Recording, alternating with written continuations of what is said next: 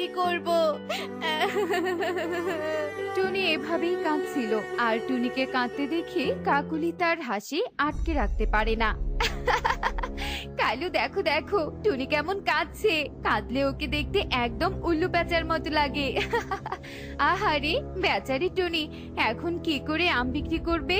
এভাবেই কাকুলি টুনিকে কটু কথা শোনাতে থাকে, আর অন্যদিকে টুনিকে এভাবে কাঁদতে দেখে কবুতর সেখানে চলে আসে।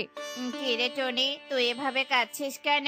কি হয়েছে বল আমাকে। তোর কবুতর দাদা থাকতে তোর কোনো চিন্তা নেই। আর বলো না দাদা, কাল বাড়িতে যাওয়ার আগে আমার ঠেলা গাড়িটা এখানে রেখে গিয়েছিলাম, আর আজ এসে দেখি ঠেলা গাড়িটা এখানে নেই। নিশ্চয়ই কেউ চুরি করেছে। এবার আমি কি করে আম বিক্রি করবো বলো তো? এই সামান্য একটা ব্যাপার নিয়ে তুই কিনা এত চিন্তা করছিস টনি? একদম ভয় পাস না। শোন টনি, তোর গাছের হাড়ি ভাঙা আম আমাদের পুরো বনে বিখ্যাত। সবাই তোর আমের স্বাদের ব্যাপারে খুব ভালো করেই জানে, তাই তো চড়া দাম দিয়ে হলেও আম কিনে নেয়। তুই এক কাজ কর, এখানে একটা কাপড় বিছিয়ে আম বিক্রি কর, দেখবি তাতেই সব আম বিক্রি হয়ে যাবে। তাছাড়া এখানে তো আর মাটি নেই, ধুলোবালিও ভরবে না। এই ঘাসের ওপর কাপড় বিছিয়ে নে আর আমগুলো গুছিয়ে রাখ। টুনি কবুতরের কথা মতো একটা কাপড় বিছিয়ে সেখানে আম রেখে বিক্রি করতে থাকে। দেখো কালু, ওই নোংরা চোখওয়ালা কবুতরের কথা শুনে টুনি তো সত্যি সত্যি ঘাসের উপরে কাপড় বিছিয়ে আম বিক্রি করছে। ধুর, ওসব নিয়ে তুমি ভেবো না, কেউ আর ওর থেকে আম কিনবে না। কালু এসব কথা বলতে সেখানে ময়ূরী আসে আর কালুর দোকানে যায়। আরে কালু, এত বড় একটা দোকান দিয়ে বসে আছিস, অথচ দোকানে কিনা কাঁচা আম তুলেছিস, পাকা আম তুলতে পারিসনি?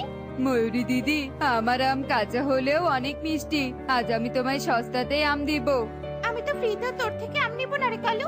এই বলে ময়ূরী টুনির থেকে আম কিনে নিয়ে যায়, আর এসব দেখে কালুর তো ভীষণ হিংসা হয়। কালু, এভাবে কেউ আমাদের থেকে আম কিনবে না। আমাদের কাছে এখন শুধু দুটো পথই খোলা, হয় আমাদের আম পাকার জন্য অপেক্ষা করতে হবে, আর না হলে যে কোনো উপায়ে ওই আমগুলোকে হলুদ করতে হবে।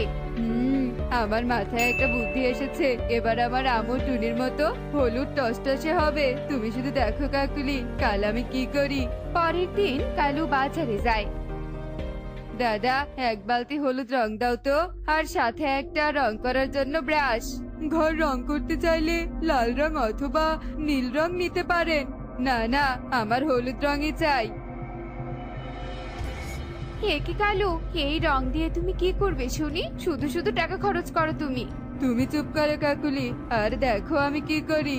এরপর কালুর রং আর ব্রাশ দিয়ে কাঁচা আমগুলোতে হলুদ রং করতে থাকে, আর পরের দিন সেই আমগুলো নিয়ে নদীর পাড়ে চলে আসে।